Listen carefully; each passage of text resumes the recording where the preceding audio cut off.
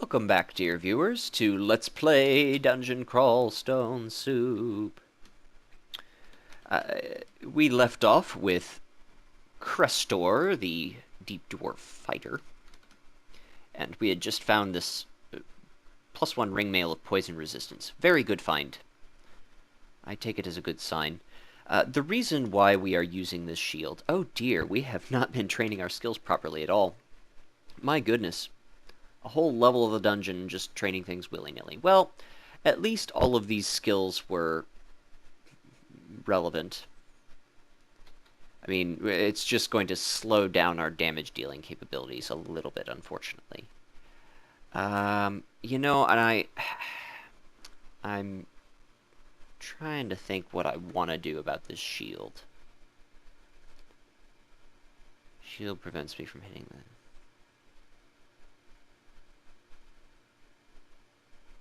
Yeah, I think I'm gonna take the shield off for now. Just because I think our ability to deal damage is going to be a little more important since we flubbed our early skill training. It's going to be a little more important to deal damage, be able to deal damage, than to block things with our shield.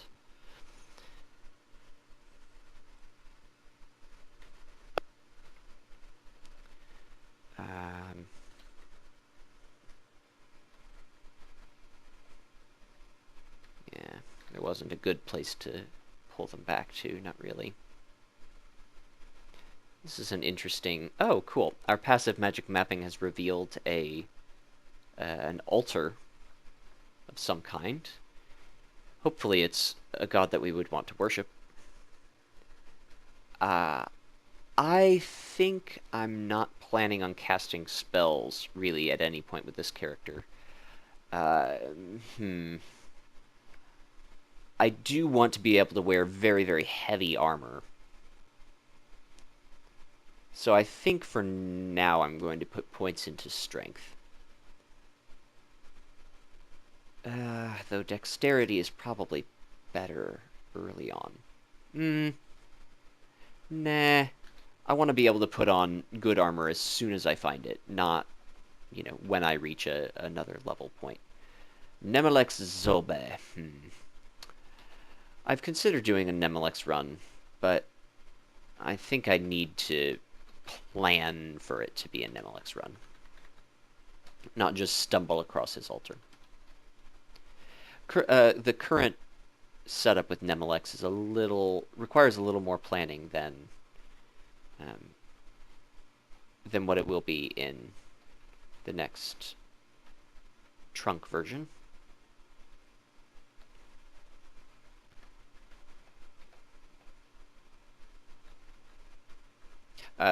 Namely, the way it works right now is that you have to... I forgot that time that waiting doesn't do much for a deep dwarf. We will probably go ahead and heal ourselves at this point. Well, we'll see. We'll fight another few monsters. Like if that rat or if these jackals deal us a little bit more damage, it'll be a more efficient use of our wand. We shouldn't forget that we have these potions of might. Oh dear. Well, this is a good time to use a wand of healing when one has been zapped with a wand of slowing. Attack the gnoll first.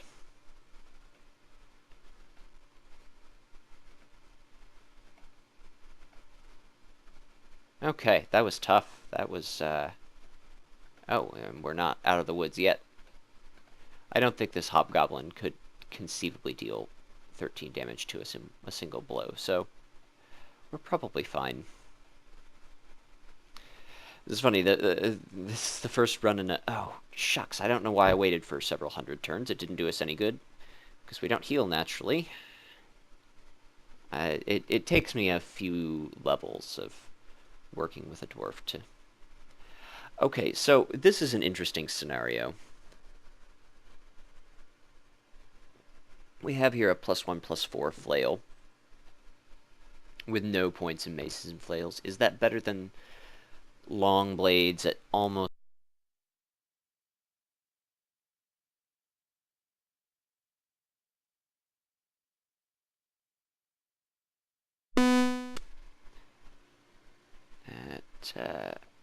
Hold on one moment, dear viewers. Okay, good. I just had to make sure my microphone was working. Yeah, I think that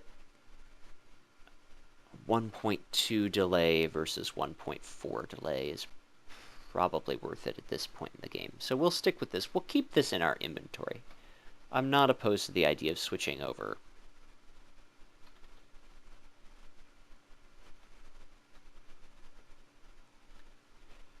Because maces and flails also work well with one-handed Whip of Venom. It just really wants us to go maces and flails, doesn't it? Maces and flails work alright with deep dwarves because we have a very high strength to start with. Deep dwarven fighters, at least. Ah, shucks. It's the same aptitude. It's just the lack of cross-training is what really bugs me there. I mean, we'd be starting from 0. Nah, I really want to go with long blades. I really do. This Whip of Venom... We'll hang on to both of those weapons for now. They're not doing us any harm. We have a very good carrying capacity with our 21 strength. We're still wielding the Whip of Venom? No, we should be wielding the longsword.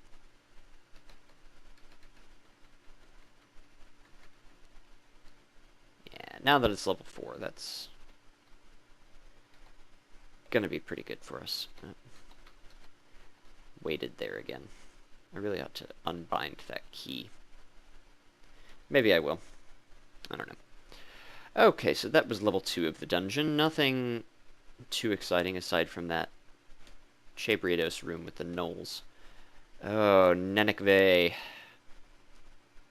He was only an average high elf wizard.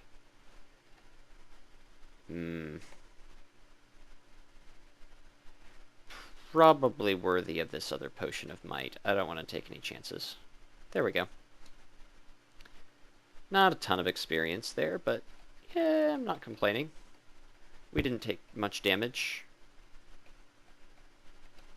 I am more liberal with potion usage in general in the early stages of a deep dwarf, just because I don't want to start eating into our mana points any sooner than I have to. I find it's very easy to get kind of sidetracked by just recharging your Wand of Heal Wounds a lot, forgetting that it's maybe not the most efficient use of your time. There we go. Jessica was pretty tough that time. She's normally not that difficult. She doesn't blink quite as frequently. Okay, we may have to use a potion in this fight. Nope. Or a charge of our wand. We certainly will after. This is another... Ah, good, good, good.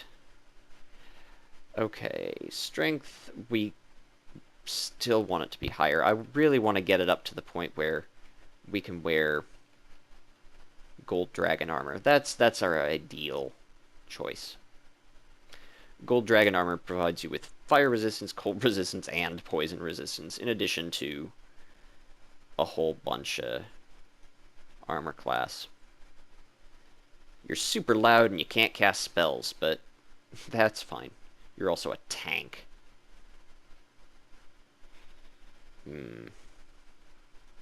Let's try to slow this ogre and this ant. That worked really well. I'm pleased. That'll increase our chances of survival dramatically. Oop. Though I did kind of push it there a little bit. Yeah, that was a little riskier than it should have been. What is this? F? There we go. So we made it to Dungeon 3 before we had to use one of our mana points. This is the main reason why I don't ever plan on casting spells, is because we're constantly going to be sacrificing mana points for recharging our various evocables. I don't know what else we can recharge aside from wands, but it seems like there probably are several things. Okay, and let's turn on armor. Yeah. Around level 6, I think it's okay to start putting points into other things. As a deep dwarf, at least. Shucks, waited again. Just because your lack of healing and your damage shaving both encourage an emphasis on defensive stats. Javelins, that's really good that we found these. That gives us a ranged attack that's actually worth something, even without any points in throwing. I really don't want to put any points in throwing. Next patch, I think they're making it better, and they're working out some of the bugs in the items. I think they're getting rid of darts, is what I've heard. I heard that from Zoopy Jubals, who is a very excellent crawl streamer. I highly recommend watching his videos if you have not seen them.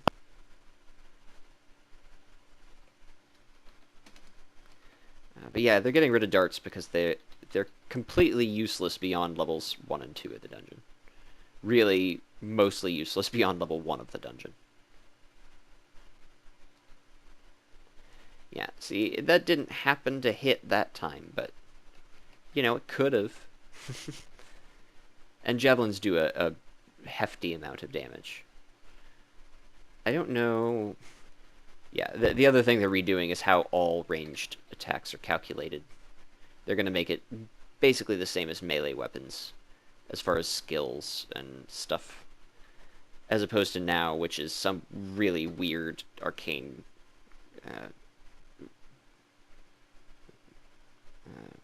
algorithm, computation, whatever. Formula. That's the word I'm looking for. Formula. Excellent.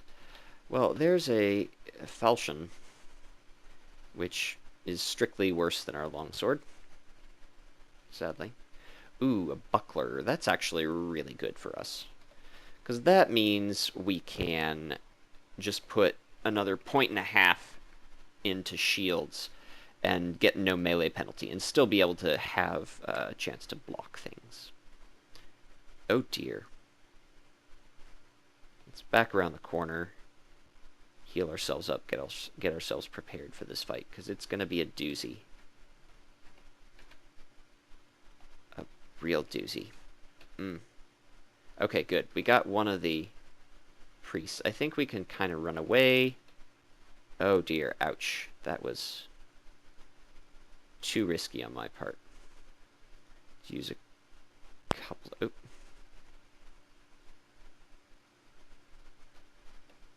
Break line of sight. These priests are just... They're literally killing me. Alright, now I think we're okay. Oof. So that was... I should have done that a turn sooner for sure. We need to get to the point where we know that there isn't an invisible guy hitting us without us being able to hit it. We are electrocuted. Well, at least we might get a weapon of electrocution. That's neat. Okay. Alright. That was kind of a tough fight.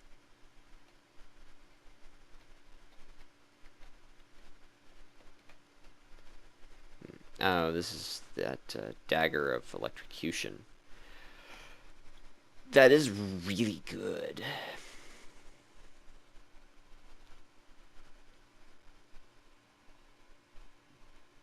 Base damage is 4, but it's up to a 6, as opposed to 10. Plus electrocution, that's actually... Well, yeah, it's skill points. Gosh. Yeah, we'll stay the course, but we will keep that, just in case. I probably could have used javelins at some point in that fight, Maybe. I don't know. I feel like we handled that fight fairly well, although I did take more risks than I should have. I played very incautiously there. I should have just run away and come back later. I shouldn't have even fought that fight. We did have to burn resources. We had to burn a mana point, almost another full set of charges. Unidentified rings that don't identify upon donning them are rarely bad. It's extremely uncommon to find an uncursed ring of hunger, for example. And all of the negative stat rings will kindly identify themselves upon wearing them.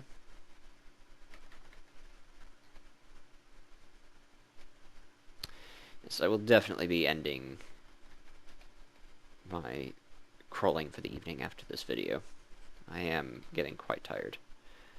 And it would be prudent of me to end this video probably right now, but at least at the end of this level. Yeah, see, here's a situation where having javelins is great. Look, we killed an ogre just by chucking a bunch of javelins at him. The place where you frequently discover the power of javelins is in the shoals when you're on the other end of them. Merfolk javelineers are not to be trifled with. Give them their due respect. I highly recommend some form of missile repellent, such as repel missiles, or even better, deflect missiles. If you have access to deflect missiles, it makes the deflect missiles and charity, or not charity, clarity, make the shoals much, much easier. Clarity probably more so than deflect missiles. Deflect missiles is most useful on the bottom level of the shoals, shoals 5. And if you don't have access to deflect missiles, you usually have a reasonable substitute, such as a shield of some reasonable enchantment. A food shop is not the best thing in the world.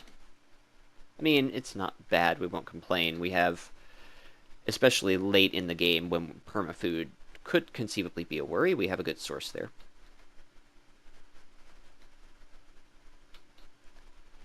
So one potential route for this character is to try and go for the extended endgame. Sort of go for an Okawaru into Zin build. Ooh, a large shield. That's cool. That gives us a good amount of incentive to continue training shields. If we didn't have incentive already, we're going to want shields through most of the game. Only in the very latest levels of the dungeon will we absolutely require the damage output of a two-handed weapon. Because there are some very strong one-handed long blades. That's really why I wanted why I'm so adamant about sticking to long blades, even though we're finding other things that I could / probably should switch to. I don't like phantoms. Let's see if we can slow it. Yes, we can. Excellent. Oh, though it didn't last long. Well, let's hit it until it... we can chuck javelins at it. Oh, we lost one of our javelins. That's too bad. Javelins, like any other projectile ammunition, have a chance to break when you throw them. Although, with javelins, it's lower, I think, than most other projectiles. They break less frequently. A transparent dagger, huh? Flame, noisy, plus invisibility, plus 3 strength, plus 4 intelligence. How bizarre.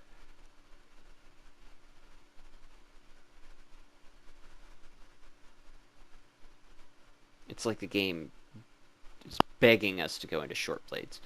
Short blades just aren't a good long-term investment for a fighter type, though. And I really do want to be a fighter type. Like, you can be an evasive-based deep dwarf, but I don't think that that's making the best use of their abilities. The damage shaving is just so strong. I mean, you want high evasion as well, obviously, but I think a high armor class is a good way to build a deep dwarf. Gosh, well, we'll keep that in case we run into, like, ice monsters or something. I don't know. Maybe eventually we will train short blades anyway. Ah, another one of these guys. See? I should have hit period there. Period causes you to throw your projectile to no further than the space at which you're aiming. Alright. Let's... Adder zombies are not very tough. They are not worrisome. Okay. Yeah, when shields gets to level 5, I will turn it off. That's all we need to eliminate the penalty from our buckler. 15 is required for the shield, and 20, I believe, is required for the large shield. Though it might be 22 or 25, maybe even... yeah, I think it might be 25. It's one of the reasons why I like Nagas for a sword and board combo, because they are large and...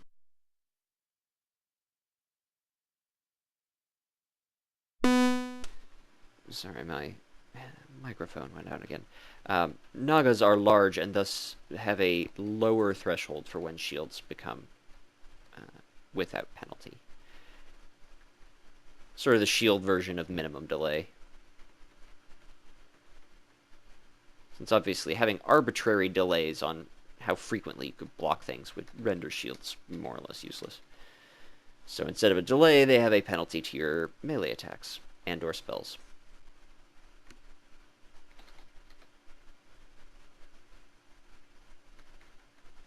I believe the penalty is entirely eliminated for everything except unarmed combat. And maybe spellcasting, I'm not sure. Not spellcasting the skills, spellcasting the pastime. We feel stronger, cool. We got a free extra point of strength for hitting level 8. Another dagger, huh? Let's pick it up. I don't recall if he hit us with it at all.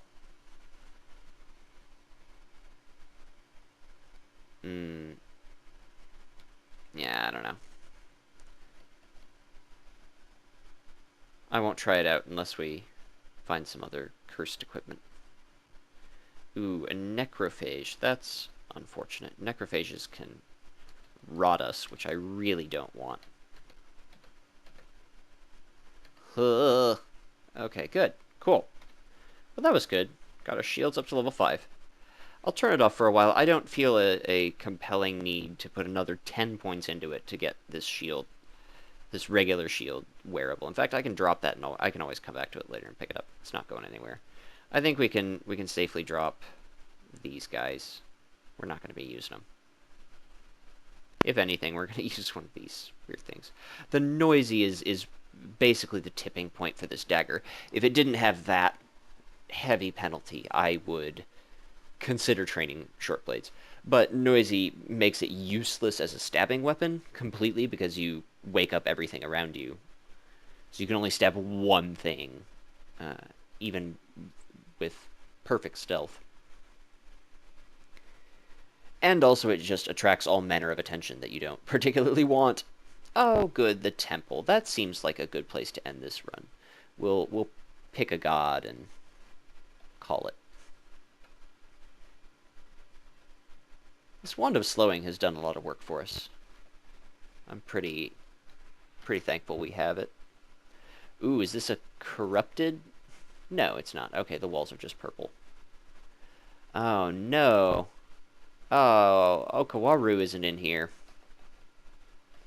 That's a shame. But we don't necessarily want to worship Okawaru, now that I think about it.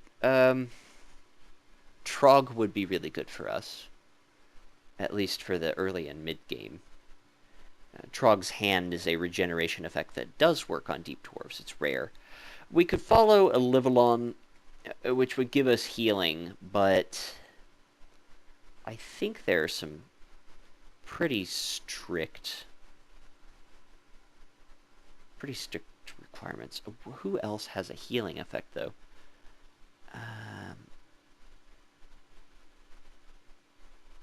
Does Maklab? I know you have to expend health to use his invocations, which seems bad at first glance, at least. But if he, I think he grants you health upon kills. Let's see what the... Let's see. Cleanse others by inflicting suffering and death, yada yada yada, blood sacrifice. Let's not join it just yet.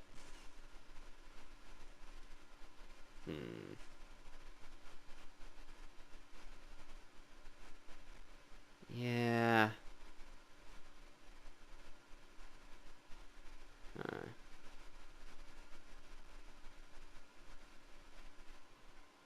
Well, we would get health back on killing, which is nice.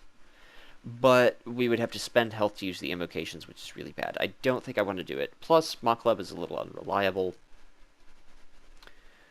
What about the Shining One? I think the Shining One also restores health on some kills. The reason why I'm looking for just for a god with some kind of healing is because we don't want this wand to be our only source for the entire game. That seems pretty risky. Okay, so yeah, the Shining One will give us sometimes will give us hit points and mana points, which mana points aren't really useful, when we kill demons, undead, and evil creatures.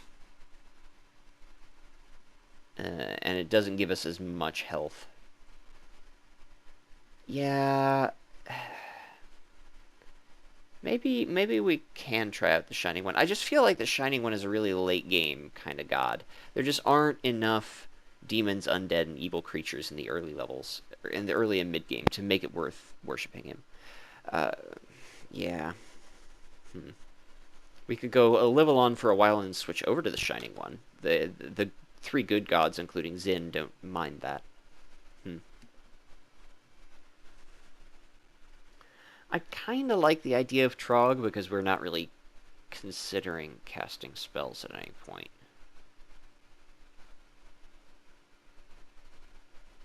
And we want evocations to be a big part of our build. Nemelex could have gone well, but no, I want to get good equipment. I want either Trog or Okawaru, and I'm really seriously considering Okawaru. He doesn't grant us a healing effect, but early game he grants us a lot of... I mean, heroism grants us 5 points in all of our combat skills, which is almost the same thing. Yeah, I'm gonna hold out for Okawaru or Trog. I will tell you what, I will worship whichever I find first.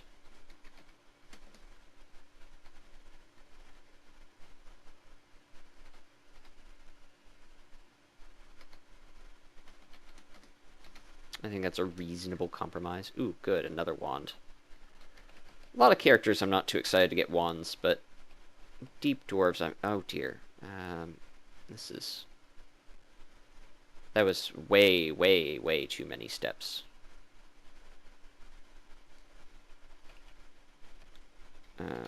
That he was shooting us while we were just strolling towards that wand willy-nilly. Okay. I was hoping he'd get closer to the... See if we can kill him with this javelin. Yeah, there we go. Javelins are awesome. In fact, let's turn javelins on auto pickup if it hasn't already done that. Okay. Alright, that was cool. Find out what kind of wand this is. Wand of Confusion. That'll be fine. The hexes, wands, confusion, and slowing and such are mostly good early game. We'll grab these nets. They come in handy. The period trick, pressing period instead of... Oh, electric eels. Those are really rough. We could eat this... We could play mutation roulette. I don't know how I feel about doing that on this character, though. I kind of want to take it seriously, and Mutation Roulette is not very serious of a tactic. Okay, so what I think I'm going to do is... Oh dear, ow, ow, ow. That was a line of sight that I didn't expect, really. I want to kill this electric eel so I don't blunder back into it like I've been doing. Gosh, they hurt. Ugh, no, we can't. We can't fight all of those things at once. Alright, so we're gonna retreat to the temple here, where it's safe, and we're just gonna try some scrolls out, and then I'll end the video. I'm too tired to tackle these problems. +0/+3 dagger of venom. Okay, so we have some short blades. If we want, we can throw a couple of points into it at some point. Okay, so this is probably identify, yeah. Let's go ahead and identify this ring. Okay, protection from cold. And restore abilities. And confusion.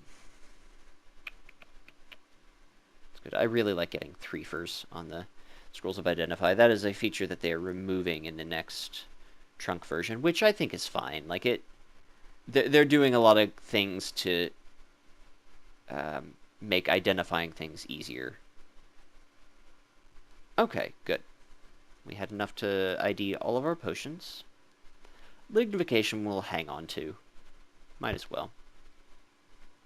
We have a good number of potions, and a good spread, actually. I feel pretty good about... Oh, I'm sorry about that microphone bump. I feel pretty good about our chances. Let's test read some scrolls. Noise, we don't need. Fear. Oh. Scroll of Enchant Weapon 2. Increasing the damage on something. Man, I wish that either of these was a long blade. Daggers just have such low base damage. Even with a +3, it's still 3 damage fewer than this longsword. Might be worth... Yeah, no, we're just going to enchant our longsword. These daggers are for emergencies only, really. Okay, teleport, that's fine. Enchant armor. I am very okay with enchanting our ring mail of poison resistance. This we will almost certainly wear through the layer. I don't see it being likely for us to find a better armor piece than this prior to the layer. Like, chainmail would be a higher base armor rating. I think it's 8 or 10, something like that. I think 10 is plate mail, actually. Yeah, it's not great. But with this, we don't really have to have much in our armor skill for it to be effective. Though, I do want to turn that back on. Doing these things now so I can just sort of barge forward. We actually have a really good stealth skill. Or aptitude for stealth, rather. That's of note. If we stick with the, like... This only has an encumbrance rating of 7. That's practically nothing. So we are probably even... Oh, no, we're extremely unstealthy. Never mind. I guess we have 0 points in stealth, so that's not particularly useful. Okay. Scroll of Recharging. Ooh, that's nice. Free health. Scrolls of Recharging are still great for us, though they're not quite as vital as they are for some other characters.